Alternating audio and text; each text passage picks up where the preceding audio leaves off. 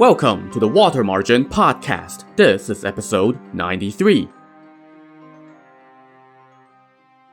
Last time, on his second attempt to sack the city of Daming to rescue Lu Junyi, Song Jiang suddenly came down with a mysterious, life-threatening ailment. One of his chieftains, Zhang Shun, the white streak in the waves, volunteered to go fetch a doctor that he once knew who could work miracles. But on his way, Zhang Shun ran into, irony of ironies given Zhang Shun's own resume, a shady boatman who killed passengers and took their stuff.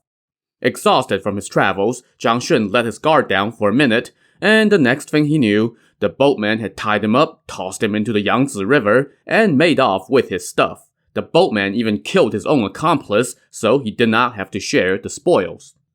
While the shady boatman rows away, let's go under the water, where we find Zhang Shun all tied up. Of course, he was not called White Streak in the Waves for nothing. Being tossed into the water was perhaps the best thing that could have happened to him. Soon, he had used his teeth to loosen the knot of the rope that bound him, and then he swam over to the south bank. In the distance, he saw some faint light in a patch of woods, so he climbed out of the water and walked into the forest, dripping wet. After a few turns, he came upon a country tavern, and light was coming out through the cracks in the wall. Zhang Shun knocked, and an old man opened the door. Zhang Shun bowed to offer his greetings. Sizing him up, the old man asked, "Did you get robbed on the river and swim to safety?" "To tell you the truth, sir," Zhang Shun answered, "I was on my way to Jiankang district. It was getting late, so I hired a boat on the other side of the river, but they turned out to be two wicked men. They took all my money and clothing and tossed me into the river. But I knew how to swim, so I got away with my life. Please help me."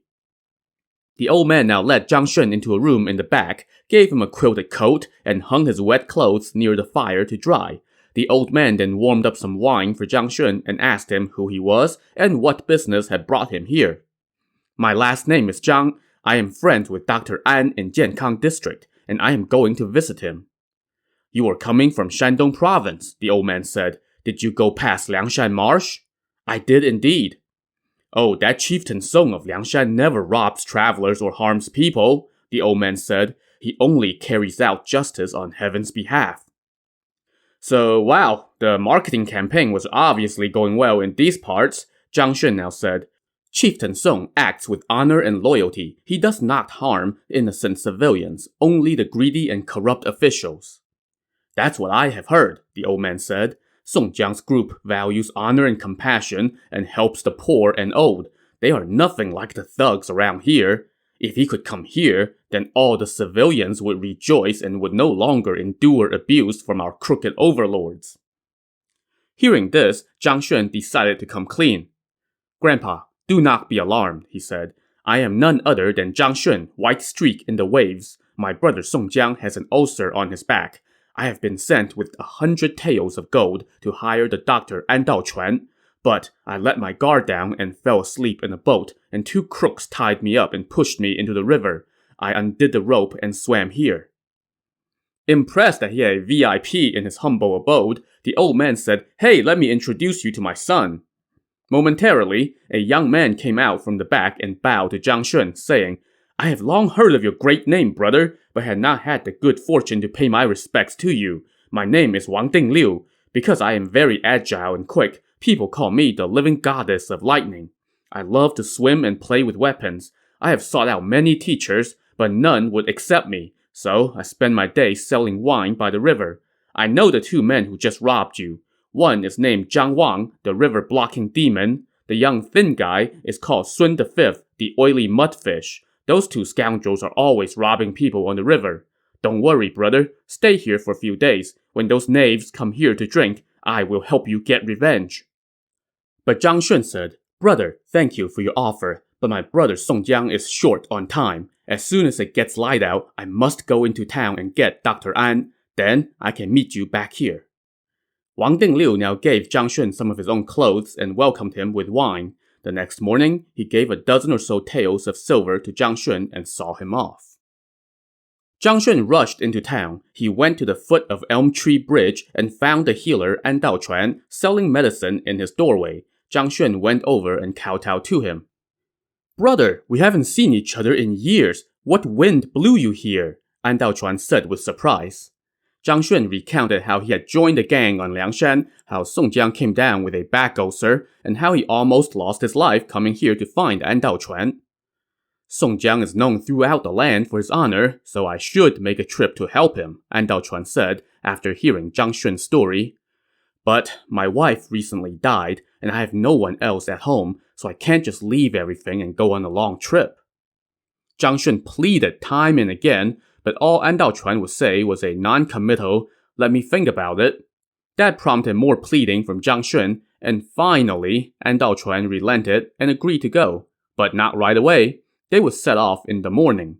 That left plenty of time for An Daochuan to treat Zhang Xun to dinner, and for the novel to engage in some good old misogyny.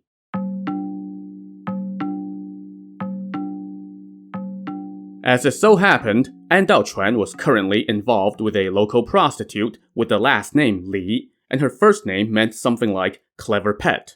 She was very pretty, and An Daochuan was putty in her hands. That night, An Daochuan brought Zhang Xun to this woman's home and asked her to prepare a meal, and clever pet paid her respects to Zhang Xun. After a few rounds of wine, An Daochuan told clever pet, "I am going to sleep here tonight. Tomorrow morning, I am going to accompany this brother of mine to Shandong province. I'll be back in 20 to 30 days, and then I'll come see you immediately." But the woman said, "I don't want you to go. If you won't listen to me, then don't come visit me anymore." "But I have already packed my medicine bag, and I am ready to leave tomorrow," An Daochuan said. "Don't you worry, I won't be gone long." But clever pet now turned on her feminine wiles and threw herself in An Daochuan's lap, pouting, "If you leave against my wishes, then I will curse you until the flesh flies from your bones." Sitting there and watching this in annoyance, Zhang Xun secretly wished that he could swallow that woman in one gulp. As night descended, An Daochuan got drunk, and clever pet helped him to her room and into her bed. She then came back and said to Zhang Xun, "I have no room here for you, so you'll have to go somewhere else." But Zhang Xun insisted on staying and waiting for An Daochuan to sober up. Unable to get rid of him, clever pet told him to sleep in a tiny room near the front door.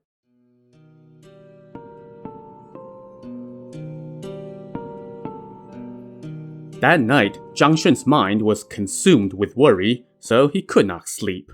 Around 7 p.m., he suddenly heard a knock at the front door. He peeked out through a crack in his room door, just in time to see a man slip in and start talking to the old woman who handled Clever Pet's, business transactions. "You haven't been here in forever. Where have you been?" Zhang Xun could hear the old woman ask. "Dr. An is passed out drunk in her room, so what can I do?" The man replied, "I have 10 taels of gold that she can use to buy some jewelry. Please help me out and let me see her." "All right, go wait in my room and I'll go fetch her," the old woman said. As she walked off, Zhang Xun looked at the man amid the flickering candlelight and realized who he was. This was none other than Zhang Wang, the river-blocking demon, the shady boatman who had robbed him and tried to kill him. Well, ain't this a coincidence? As it happened, An Daochuan was not the only regular that this prostitute was entertaining. Whenever this Zhang Wang did some transactions on the river, he would spend the profits here. The old woman now set up some food and wine in her room and called out Clever Pet to entertain Zhang Wang there. As he watched, Zhang Xun was tempted to storm out and kill the whole lot of them with his bare hands right then and there, but he was afraid that his nemesis would get away, so he waited.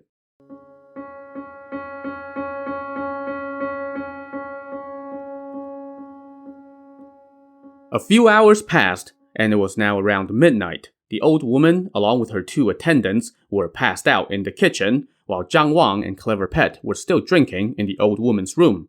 Zhang Xun now quietly slipped out of his room and sneaked into the kitchen. A cleaver on the stove caught his eye, and he picked it up and glanced around the room. In one corner, he saw the old woman passed out on a bench. He walked over and killed her with one hack of the cleaver. The commotion made the 2 attendants startle awake. Zhang Xun was just about to take care of them when he noticed that the cleaver's dull edge had already curled after killing just one person. He tossed the knife aside and picked up the wood-cutting axe that was sitting next to him. Before the 2 attendants could yell for help, They were both dead on the floor. Hearing noise coming from the kitchen, Clever Pet opened the door of the room that she was in to see what was going on, but she ran smack dab into Zhang Shun, and before she could even speak, he had lodged his axe in her chest. But while Zhang Shun was busy killing everyone in the house who had not done him harm, the one person who had wronged him, Zhang Wang, saw what was going on and jumped out a window and scaled the outer wall. Before Zhang Shun could do anything, the target of his vengeance was long gone. So, way to go, man. Liangshan's gonna have to roll out a few more ad spots to whitewash this little episode. All was not lost, however, as far as Zhang Shun was concerned. He now cut off a piece of clothing, dipped it in the blood from the bodies on the floor, and started writing something on the white walls. Once he was done, he moved over a couple steps and wrote on another spot.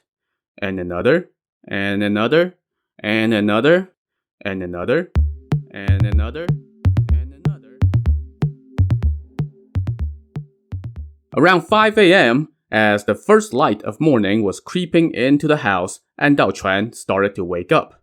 He yawned and called for Clever Pet, but it was Zhang Shun's voice that answered. "Brother, don't make a sound. Let me show you something." Intrigued, An Daochuan got up and walked out of his room, and his curiosity immediately turned to terror as he was greeted by the sight of 4 corpses, including his booty call. He recoiled and went limp with fear, but he had not even seen all of it yet. "Brother, look at the walls," Zhang Shun said. An Daochuan glanced up at the walls and immediately went, "Ah, crap!" All around the house, the walls were covered with bloody writing, repeating again and again, "The killer is An Daochuan." Really, add some creepy lighting and scary music, and this could have been a scene right out of the most cliché horror movie. "You have ruined me!" An Daochuan exclaimed, to which Zhang Shun was like, "Why, yes I have." "You have 2 options, and it's your choice," Zhang Shun said to his, friend. "Once I leave and word of this gets out, you will pay for my crime with your life. If you want to live, then go home, fetch your medicine bag, follow me to Liangshan immediately, and save my brother." Presented with this win-win proposition, all An Daochuan could say was, "Oh, you are so reckless." That was true, but he also didn't really have a choice anymore. So he went home with Zhang Shun, got his medicine bag, and left town. They headed to the country tavern run by Wang Dingliu, the young man that Zhang Shun had met a couple days earlier. Wang Dingliu welcomed them inside and told them that he had news. "That Zhang Wang came here yesterday. Too bad you weren't here, brother," he told Zhang Shun. "I have important business at hand. I can't worry about trifling vengeance," replied the man who killed 4 innocent people last night in pursuit of said trifling vengeance. Just as they were talking, they heard some noise outside. Wang Dingliu poked his head out and ducked back inside and said, "That knave Zhang Wang has come back." "Don't startle him yet. Let's see what he's doing," Zhang Shun whispered. As they watched, they saw Zhang Wang walking over to the beach to inspect his boat. Wang Dingliu now called out to him, "Hey, brother Zhang, don't leave yet. Can you ferry a couple of my relatives to the other side?" "Well, tell them to hurry," Zhang Wang shouted back. Inside the tavern, Zhang Shun now turned to An Daochuan and said, "Brother, trade clothes with me, and then let's go out to his boat." "Why?" An Daochuan asked. "Don't ask, just trust me." Sure, trusting Zhang Shun has gone splendidly for An Daochuan so far, so why not keep on keeping on? They traded clothes, and Zhang Shun put on a large straw hat that hid his face, Wang Dingliu carried the medicine bag, and the 3 of them walked out to the beach. Zhang Wang rowed his boat to shore, and the 3 men got on. While Zhang Wang was busy helping the other 2 passengers get settled, Zhang Shun walked over to the back of the boat and lifted up the plank under which Zhang Wang had hidden the knife that he used to do his dirty deeds. The knife was still there, and Zhang Shun quietly stashed it away and returned to the cabin. Zhang Wang now pushed off and started rowing toward the northern bank.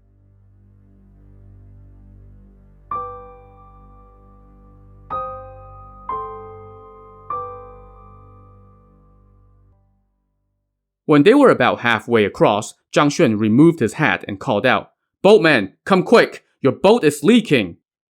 Zhang Wang poked his head into the cabin to see what's up, and before he knew it, Zhang Shun had grabbed him by the collar and cursed him. "You crook! Do you recognize me from a couple days ago?" Zhang Wang indeed recognized him and did not dare to make a peep. "You rogue! You stole my 100 taels of gold and tried to kill me," Zhang Shun continued. "Where's that skinny young accomplice of yours?" "Hero, I got greedy when I saw your gold and did not want to share it with him, so I killed him and tossed him into the river," Zhang Wang replied. "Do you know who I am?" Zhang Shun barked. "I don't, but please, hero, spare me." "I was born on the bank of the Sundown River and resided at the foot of Little Melon Hill, making my living selling fish. Who does not know me? After I made a ruckus in Jiangzhou Prefecture, I went to Liangshan to follow Song Jiang as he strides across the land. Who does not fear me? Yet you lured me into your boat, tied me up, and tossed me into the river. If I didn't know how to swim, I would be dead. Now that I have run into you again, I cannot spare you." As he spoke, Zhang Shun threw his foe into the cabin and tied his feet and hands together. He then lifted up Zhang Wang and chucked him into the water, saying, "I will spare you the knife too." With a splash, Zhang Wang sank to the bottom of the river. As Wang Dingliu watched him sink, he could only sigh. Maybe he was thinking, "Well, I guess I'm an accomplice to something now, too." Soon, they had reached the other side of the river. Zhang Shun scoured the cabin and found the gold that had been taken from him, plus some loose silver. He packed all this up, and the three men disembarked. Zhang Shun now said to Wang Dingliu, "Brother, I will never forget your kindness. If you would not spurn us, then pack up your things and come with your father to Liangshan and join us. What do you think?" "Brother, your words match my thoughts exactly," Wang Dingliu replied. They then took leave of each other. While Zhang Shun and An Daochuan headed north, Wang Dingliu got back on the boat and returned home to pack. On the north bank, Zhang Shun and An Daochuan started rushing toward Liangshan, but that An Daochuan was a refined man who was not used to traveling. They had not walked but 10 miles or so before he was exhausted. So Zhang Shun brought him to a village tavern for some wine and rest. As they were drinking, a man walked in from outside and called out, "Brother, why are you taking your sweet time?" This was none other than Daizong the magic traveler, disguised as a merchant. Zhang Shun quickly introduced him to An Daochuan and asked about Song Jiang. Daizong said, "Brother Song is passing in and out of consciousness and cannot eat or drink anything. He is on the brink of death." Zhang Shun's tears fell like rain when he heard that. An Daochuan now asked, "How is his complexion?" "Haggard," Daizong replied. "He groans constantly and the pain never stops. He won't last much longer." "If he can still feel pain, then I can cure him," An Daochuan said. "But I fear I may not make it there in time." "Well, I guess it's a good thing you're talking to the Flash here." Daizong immediately took out 2 charms and strapped them to An Daochuan's legs. He then picked up An Daochuan's medicine bag and said to Zhang Shun, "You can follow at your own pace. I will go on ahead with the doctor." He then worked his magic and flew down the road with An Daochuan. Once they were gone, Zhang Shun stayed at the village tavern for a few days. Then, he saw Wang Dingliu walking past with his father and a bundle. Zhang Shun greeted them, told them that An Daochuan had gone on ahead with Daizong, and the three now traveled to Liangshan together. Meanwhile, Daizong had rushed An Daochuan back to Liangshan, where the chieftains welcomed him and rushed him to Song Jiang's bedside. There, they found Song Jiang barely breathing. An Daochuan checked his pulse and said, "Chieftains, don't worry. His pulse is fine. His body may seem depressed, but he will be okay. He will recover in 10 days, and that is no exaggeration." Everyone bowed to thank the healer. An Daochuan now burned some herbs over the ulcer to draw out the poison and then administer some medicine. Within 5 days, color returned to Song Jiang's complexion, and he started to regain his strength and was able to eat and drink again. And within 10 days, although his ulcer was still healing, he was eating and drinking like normal. Oh, by the way, kids, don't try this at home. Around this time, Zhang Shun returned with Wang Dingliu and his father. They paid their respects to Song Jiang and recounted Zhang Shun's adventures on the trip, which prompted everyone to sigh at what a close call it was. Now that he was no longer on death's doorstep, Song Jiang began talking with Wu Yong the strategist about resuming the siege on Daming Prefecture, where Lu Junyi and Shi Xiu were still in jail. But An Daochuan said, "General, Your wound has not yet healed completely. You must not move around too much, or it will set back your recovery. Wu Yong also said to Song Jiang, Brother, no need for you to worry. Just rest and rebuild your essence. I may be untalented, but now that spring is here, I will be able to crack that city, rescue Mr. Lu and Brother Shi, and capture the adulterous couple. How does that sound? If you can make that happen, then I would die content, Song Jiang said. Wu Yong told him, It is Liangshan's great fortune that you're okay, and we now have Dr. An here to tend to you. While you were sick, I sent many people to Daming Prefecture to gather intel. Governor Liang is on pins and needles, worrying about our army attacking his city. I also sent men to post messages throughout the city and the surrounding towns and villages, announcing to the civilians that they do not need to worry because our beef is not with them. So now Governor Liang is scared out of his mind. In the capital, ever since Guan Sheng surrendered to us, Premier Cai has not dared to mention the matter to the emperor, and he is now advocating for granting us amnesty and making peace. So he has been sending Governor Liang one letter after another, instructing him to keep Lu Junyi and Shi Xiu alive so as to keep that option viable. Hearing this, Song Jiang wanted to mobilize troops right away to attack Daming again, but Wu Yong said, The New Year and the Lantern Festival are approaching. Daming Prefecture traditionally puts on a huge celebration. We can capitalize on that opportunity. First, send men into the city to lie in wait, and then attack with our army from the outside. By coordinating from the inside and out, we will sack the city. That is a brilliant plan. Please give us instructions, Song Jiang said. The most important thing is to have someone light a fire inside the city as the signal, Wu Yong said.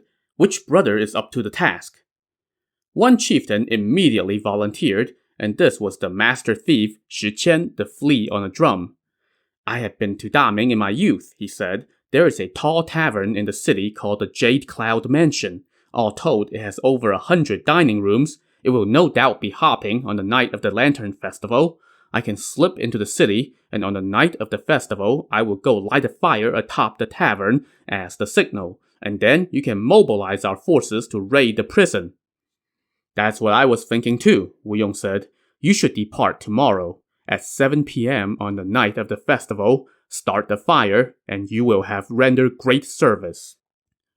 The next day, Wu Yong dispatched a bunch more chieftains. The hunter brothers, Xie Zhen and Xie Bao, were to enter the city disguised as, hunters, selling game to officials. When they see the signal fire on the night of the festival, they were to camp out in front of the government office and stop any officer or soldier who tried to report it. The brothers Kong Ming and Kong Liang were to enter the city dressed as beggars and hang out in the busy parts of town, ready to provide backup once the fire gets going. Li Ying, the striking hawk, and Shi Jin, the 9 tattooed dragons, would enter the city as merchants and hole up near the east gate. When the fire is lit, they would cut down the guards by the east gate so as to secure that exit as their escape route. Next, Lu Zhishen, the flowery monk, and Wu Song, the pilgrim, would go to Daming as traveling monks and seek residence in a monastery. They were responsible for clearing an exit path through the south gate. The uncle and nephew tandem of Zhou Yuan, the forest dragon, and Zhou Ren, the one-horned dragon, were to enter the city as lantern merchants and stay at an inn. Their job was to provide backup at the prison. Liu Tang, the red-haired devil, and Yang Xiong, the sick Guan Suo, would be disguised as cops and stay near the prefectural headquarters, where they were to stop any officers trying to report the news of all hell breaking loose. The Taoist priest Gongsun Sheng would enter the city disguised as, a Taoist priest, with Ling Zhen, the heaven-shaking thunder, disguised as his acolyte. They would bring along a bunch of artillery supplies, find some quiet corner in the city, and then let loose with their cannon shots once they see the signal fire. Meanwhile, Zhang Shun, the white streak in the waves, would accompany Yan Qing, the prodigy, and enter the city through the water gate. They would make for Lu Junyi's home and apprehend his backstabbing wife and steward. The 3 female chieftains, Hu Sanniang, the 10 feet of steel, Sun Erniang, the female yaksha, and Gu Dasao, the female tiger, would enter the city with their husbands, disguised as couples from the countryside attending the festival. Their job was to start a fire in Lu Junyi's home. And finally, Chai Jin, the little whirlwind, would enter the city with Yue He, the Iron Whistle, both dressed as officers.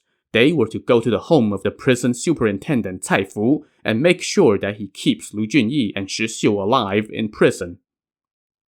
So the plan was set. To see how it will play out, tune in to the next episode of the Water Margin Podcast.